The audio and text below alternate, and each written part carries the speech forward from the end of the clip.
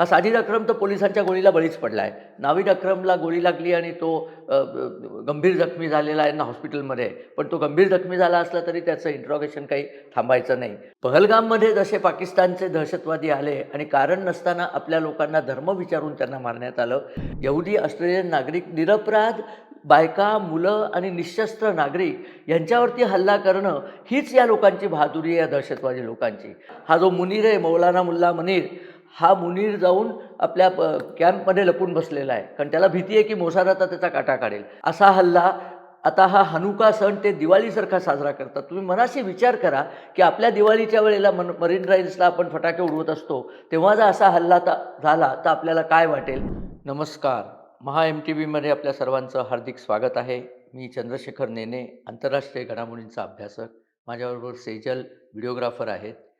गेला आठवडाभर मी आपल्याबरोबर येऊ शकलो नाही. त्याचं एक कारण असं होतं की मला 1 आठवड्याकरता इस्रायलला बोलवलं होतं. इस्रायली सरकारची एक प्लॅनेटेक म्हणून कॉन्फरन्स असते दरवर्षी. त्याच्यामध्ये इस्रायलचं सरकार क्लायमेट सेव्हिंग करता म्हणजे पर्यावरणाच्या संवर्धनासाठी आणि संरक्षणासाठी काय-काय नवीन-नवीन टेक्नॉलॉजी वापरतात, त्याचा त्यांनी तिथे आम्हाला प्रदर्शन लावलं होतं. प्रदर्शन म्हणजे त्यांच्या त्या टेक्नॉलॉजी कंपन्यांना आम्हाला व्हिजिट करायला नेलं होतं आणि फार चांगल्या तऱ्हेने तिथे माझी इस्रायलची भेट झाली. इस्रायल देशाची भेट झाली. देशातल्या लोकांना मी भेटलो आणि त्यांनी एक दिवशी आम्हाला जेरुसलेमला नेलं होतं. जेरुसलेम आपल्याला माहिती आहे की इस्रायलचं हे धार्मिक शहर आहे. आता तर इस्रायलची राजधानीसुद्धा त्यांनी जेरुसलेमच केलेली आहे. कारण जूनची गेल्या अनेक शतकांपासनं असलेलं पवित्र शहर म्हणजे जेरुसलेम म्हणून ओळखलं जातं. तर आमची कॉन्फरन्स अर्थात तेल अवीव म्हणजे त्यांची जी ऑफिशियल आधीची राजधानी आहे तिथे होती. त्या जेरुसलेमच्या भेटीमध्ये तिथे उत्सवी वातावरण होतं आणि त्या उत्सवी वातावरणाचं कारण मी त्यांना विचारलं, तर ते म्हणले, "येत्याच आठवड्यात आमचा हनुका नावाचा सण साजरा व्हायचा आहे." मग मी त्यांना विचारलं, "हे हनुका म्हणजे काय असतं?" तर त्याच्यात त्यांनी सांगितलं, की अ, ख्रिस्तपूर्व 164 वर्ष म्हणजे आजपासनं धरली तर 2190 वर्ष झालेली आहेत. इतक्या जुन्या काळामध्ये जेरुसलेमवरती ग्रीकांचं वर्चस्व होतं. सिरियातनं ग्रीक सैन्य तिथे येऊन त्यांनी जेरुसलेम जिंकलं होतं. त्यांना उलथून पाडण्याचा कार्यक्रम जो झाला, इस्रायलचे नागरिक तेव्हाचे जे यहुदी नागरिक होते, मेकाबीज त्यांना म्हटलं जातं. त्यांनी या सगळ्यांना ग्रीक लोकांना हाकलून लावलं आणि त्या हाकलून लावण्याबद्दलचा जो सण असतो, तो हनुका म्हणून सण ते साजरा करतात. हनुका म्हणजे 25 त्यांच्या महिन्याच्या 25 तारखेला ते झालं होतं. हनुका शब्दाचा एक अर्थ 25 असाही आहे. आता हा सण साजरा करतात त्याच्यामध्ये एक दंतकथासुद्धा आहे, की त्यांची ज्या ज्योती असतात त्याला मेनोरा असं म्हणतात. त्या 8 ज्योती आणि त्याच्यावरती आणखीन एक मध्ये ज्योत असं ते एक चिन्ह असतं मनोरा. आपण ते मागे बघू शकाल. तर त्या मनोऱ्यामध्ये जे तेल घालायचं असतं, मेणबत्त्या नव्हत्या तेव्हा अर्थात तेलाच्याच ज्योती होत्या. तर ते तेल घालायचं असतं ते आधी ग्रीक लोकांनी ते तेल खराब केलं होतं. म्हणजे परकीय लोकांनी येऊन आपल्या धर्माचा विध्वंस केला असं झालं असल्यामुळे या लोकांनी नवीन तेल बनवायचं ठरवलं. पण त्यावेळेला तेल त्यांच्याकडे जेवढं शिल्लक होतं ते एकाच दिवसापुरताचं तेल शिल्लक होतं. तर त्यांनी एक ज्योत लावली. दर दिवशी एक वेगळी ज्योत लावण्याचा असा त्यांचा कार्यक्रम होता. 6-7 दिवसाचा तो सगळा सण असतो. परंतु दंतकथा किंवा चमत्कार असा सांगितला जातो, की ते 1 दिवसाचं तेल होतं ते 8 दिवस पुरलं आणि 8ही ज्योती तेवत राहिल्या. अशी एक तेव्हाची आख्यायिका आहे, दंतकथा म्हणूया. चमत्कार झाला, परमेश्वराने त्यांच्यावर कृपा केली, असा त्याचा अर्थ त्यांनी घेतला.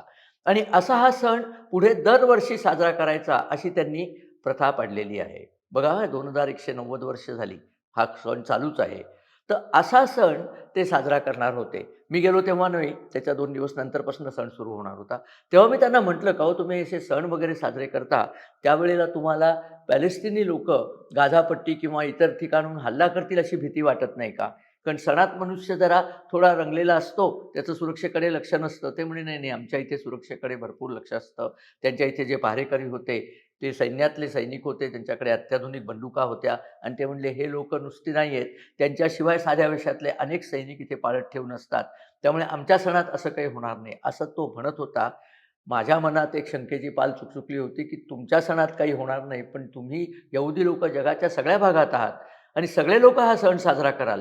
तिथे तर काही झालं तर काय? असं माझ्या मनात आलं. मी काही त्याला तसं असा प्रश्न त्याला कसा विचारणार? बरं सणाच्या मोसममध्ये होता तो, त्याला असा प्रश्न विचारणं बरोबर नाही. आणि बघा दुर्दैवाने काल हनुकाचा सण साजरा करत असताना सिडनीमध्ये ऑस्ट्रेलिया जे हजारो मैल दूर आहे इस्रायलपासनं, त्या ऑस्ट्रेलियामध्ये 2,000 इस्रायली लोकं, तिथले ऑस्ट्रेलियातले यहुदी लोकं सण साजरा करायला सिडनीमध्ये बॉन्डी बीच नावाचं एक अप्रतिम चौपाटी आहे. आपल्याकडे जशी दादर चौपाटी आहे, गिरगाव चौपाटी आहे, तशीच त्यापेक्षा मोठी अशी बॉन्डी बीच हे जगप्रसिद्ध चौपाटी आहे ती.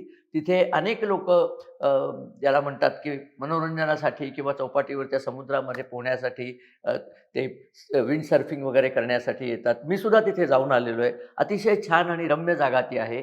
तिथेही 2,000 लोकं सण साजरा करायला आली होती. आणि 2 नालायक दहशतवादी लोकांनी बंदुकांनी त्यांच्यावरती ऑटोमॅटिक गननी फायरिंग केलं. काही नाही 2,000 लोकं सणाकरता जमलेली आहे त्यांच्यावरती सरळ फायरिंग केलं. तिथे एक छोटासा रस्त्यावरनं जाण्याचा पूल होता फ्लायओव्हरसारखा. त्या पुलावरती ते उभे राहिले. तिथनं त्यांना खाली सगळे ही लोकं आनंद करताना दिसत होते. त्यांच्यावर धारदार गोळ्या मारल्या आणि या गोळ्या मारल्यामुळे 15 लोकं मेलेली आहेत आणि 50च्या वर जखमी झालेली आहेत. ती क्रिटिकल आहेत आणि त्या 15 लोकांमध्ये एक 10 वर्षाची मुलगी आहे. एक ब्रिटनहून आलेला त्यांचा रब्बाय म्हणतात, त्यांचा धर्मगुरू तो आहे. एक रग्बी प्लेयर आहे. एक्स पोलीस कॅप्टन म्हणजे पोलीस अधिकारी असा आहे. अशी अनेक लोकं मेलेली आहेत कारण हा सरप्राईज अटॅक होता. कोणालाच असं वाटलं नाही की ऑस्ट्रेलियासारख्या देशामध्ये या हनुकाचा सण बिघडवणारा असा काहीतरी हल्ला होईल. आणि याच्या आदल्याच दिवशी गाझापट्टीमध्ये इस्रायली सरकारने जाहीर केलं की गाझातला जो हमासचा कमांडर होता, अतिशय टॉप रँकिंग कमांडर राज साद त्याचं नाव होतं, तो त्याच्या 4 साथीदारांसकट त्यांनी मारून टाकला. आता हा हल्ला त्याचा बदला घ्यायला होता का? पण तसं वाटत नाही. कारण हे जे हल्लेखोर होते, हे गेले 15 दिवस बॉन्डी बीचच्या जवळ एका अपार्टमेंटमध्ये राहत होते. त्या अपार्टमेंटवर पोलिसांनी आता धाड घातलेली आहे. तिथे त्यांना इतरही काही साहित्य सापडले अशा बातम्या आहेत. आता हे कोण होते? तर हा जो बाप आणि मुलगा असे ते होते. साजिद अक्रम हा बाप होता. हा 50 वर्षाचा होता आणि हा मनुष्य 1998 साली स्टुडंट व्हिसावर ऑस्ट्रेलियात आला होता. शिकायला ऑस्ट्रेलियात आला. ऑस्ट्रेलियातच त्यांनी लग्न केलं. त्याला मुलगा झाला. तो दुसरा मुलगा त्याचा तो नावीद अक्रम. हा साजिद अक्रम तर पोलिसांच्या गोळीला बळीच पडला आहे. नावीद अक्रमला गोळी लागली आणि तो गंभीर जखमी झालेला आहे ना हॉस्पिटलमध्ये आहे. पण तो गंभीर जखमी झाला असला तरी त्याचं इंट्रोगेशन काही थांबायचं नाही. त्याला प्रश्न विचारून काढतील ते की कुठे यांचे बाकी साथीदार कोण होते. कारण अल मुराद इन्स्टिट्यूट नावाची एक इस्लामी इन्स्टिट्यूट सिडनीमध्ये आहे. त्याचे हे सदस्य होते आणि बहुतेक तिथे यांना सगळा दहशतवादाचं ट्रेनिंग मिळालं आणि मानसिक ट्रेनिंग पण तिथेच मिळालं की आपल्याला बदला घ्यायचा आहे. पाकिस्तानी लोकांना कोणाचा बदला घ्यायचा आहे? गाझामध्ये काय चाललं आहे त्याच्याशी पाकिस्तानचा सुतराम संबंध नाही.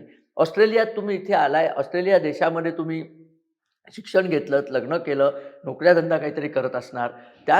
त्या देशाशी आपण एकता दाखवायची, त्या देशाच्या भक्तीसाठी आपण वावरायचं का गाझामध्ये कुठेतरी कोणीतरी काही केलं म्हणून इथे येऊन तुम्ही इथल्या यहुदींना मारणार. पण यांची शिकवणच अशी आहे.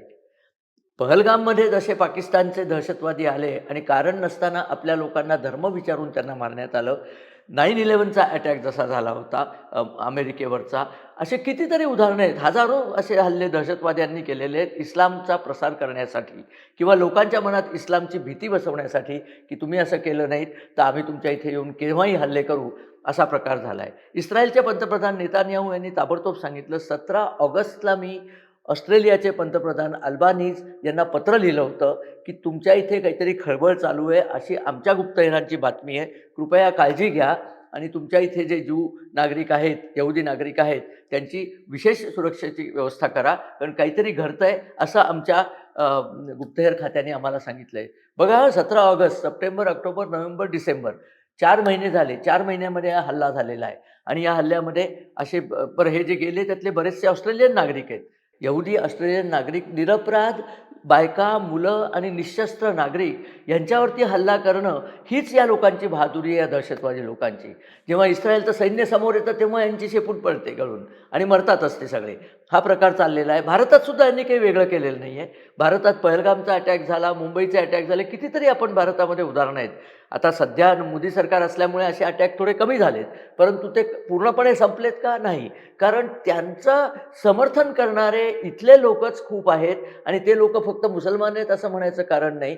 प्रियंका गांधी जेव्हा हमासची बॅग घेऊन पार्लमेंटमध्ये जाते, तेव्हा हमासने काय निर्घृण गुन्हे केलेत ते ती पूर्णपणे विसरलेली असते. तर असे जे विरोधी पक्षाचे राजकारणी लोकं आहेत, ते सपोर्ट करतात. ऑस्ट्रेलियातही कदाचित अल्बानीज यांना अशीच काहीतरी खोटी आशा असावी, की हे पाकिस्तानचे नागरिक आले तरी ते आपल्या ऑस्ट्रेलियामध्ये मिळून मिसळून राहतील. हे कुठेही मिळून मिसळून राहत नाहीत. जातील तिथे यांना दहशतवादच करायचा असतो आणि त्याप्रमाणे त्यांनी तो केला आणि निरपराध यहुदी मारले गेले. परंतु आता यहुदी धर्म हा पूर्वीसारखा शामळू धर्म राहिलेला नाही, की कितीही यहुद्यांना मारा, त्यांच्यावर अत्याचार करा, गरीब बिचारे सहन करतात. नेतान्याहूंनी तर धमकीच दिलेली आहे, की याचा बदला घेतला जाईल आणि ताबडतोब काय झालं माहिती आहे का? हा जो मुनीर आहे, मौलाना मुल्ला मुनीर, हा मुनीर जाऊन आपल्या कॅम्पमध्ये लपून बसलेला आहे. कारण त्याला भीती आहे, की मोसाद आता त्याचा काटा काढेल. माझ्या अंदाजाप्रमाणे येत्या 3-4 दिवसात मुनीरचा खात्मा होईल, हे जवळजवळ नक्कीच आहे. कारण नसताना मुनीरनी यांची छेड काढलेली आहे. पण इथे बोलायचं ते गोष्ट अशी, की भारतामध्ये जी लोकं यांचं समर्थन करतात, त्यांना पुन्हा-पुन्हा सांगायचे, की "अरे, यांनी भारतात हल्ले केले, तर ते तुम्हाला वेगळं सोडणार नाही आहेत.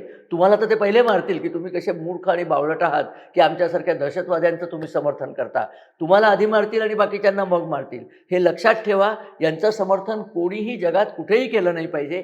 यांना बंदीच घातली पाहिजे. या लोकांना त्यांच्या देशातच कोंडून ठेवलं पाहिजे, की इथे काय एकमेकांचे गळे कापायचे कापा, ते कापतच असतात सदैव. परंतु आमच्या देशात तुम्हाला बंदी आहे.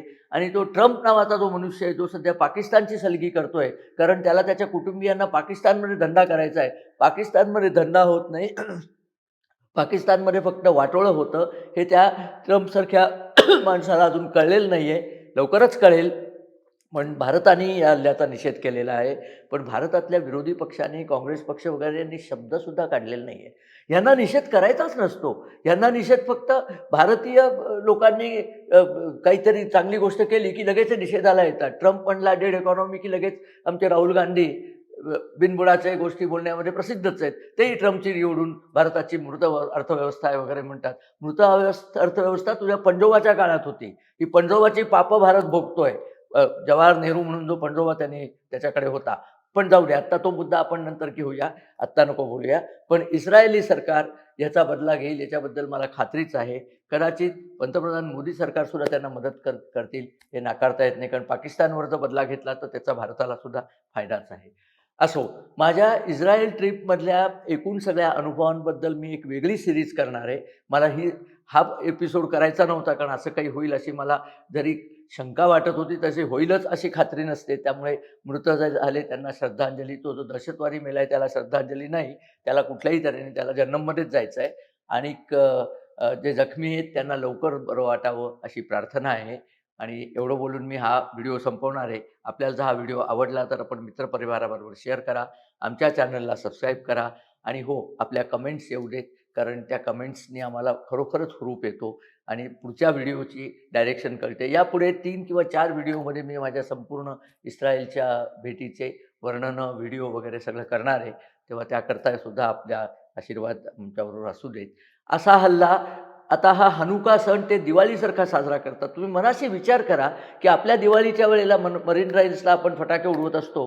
तेव्हा जर असा हल्ला झाला तर आपल्याला काय वाटेल? मग तुमच्या लक्षात येईल, की त्या लोकांच्या मनावरती काय परिणाम झाला असेल आणि याचा बदला घेतला गेला पाहिजे असं माझी खात्री आहे. तुम्हीसुद्धा असंच म्हणाल. असो, इथे हा व्हिडिओ मी थांबवतो. व्हिडिओ बघितल्याबद्दल धन्यवाद आणि नमस्कार.